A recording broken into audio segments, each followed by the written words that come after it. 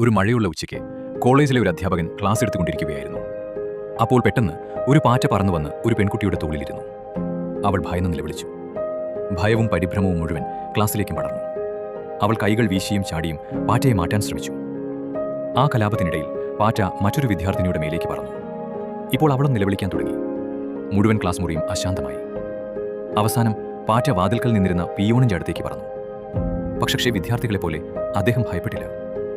അദ്ദേഹം ശാന്തമായി പാറ്റയെ നോക്കി. കുറച്ച് നിമിഷങ്ങൾക്കു ശേഷം അതിനെ സാവധാനം കയ്യിൽ പിടിച്ച് പുറത്തേക്കെറിഞ്ഞു. ക്ലാസ് വീണ്ടും നിശബ്ദമായി. അപ്പോൾ അധ്യാപകൻ പുഞ്ചിരിച്ചുകൊണ്ട് ചോദിച്ചു, ശരിക്കും പ്രശ്നം പാറ്റയാണോ? വിദ്യാർത്ഥികൾ തമ്മിൽ നോക്കി. അധ്യാപകൻ തുടർന്നു, പാറ്റ തന്നെയായിരുന്നു പ്രശ്നമെങ്കിൽ പിയോൺ എന്തുകൊണ്ട് ശാന്തനായി നിന്നു? അദ്ദേഹം ചെറിയൊരു നിമിഷം നിർത്തി പറഞ്ഞു, പ്രശ്നം പാറ്റയല്ല, പ്രശ്നങ്ങളെ ശാന്തമായി കൈകാര്യം ചെയ്യാൻ കഴിയാത്ത നമ്മുടെ മനസ്സാണ്. പാഠം: ജീവിതത്തിൽ അപ്രതീക്ഷിത പ്രശ്നങ്ങൾ വരും. ഭയം പ്രശ്നങ്ങളെ വലുതാക്കും.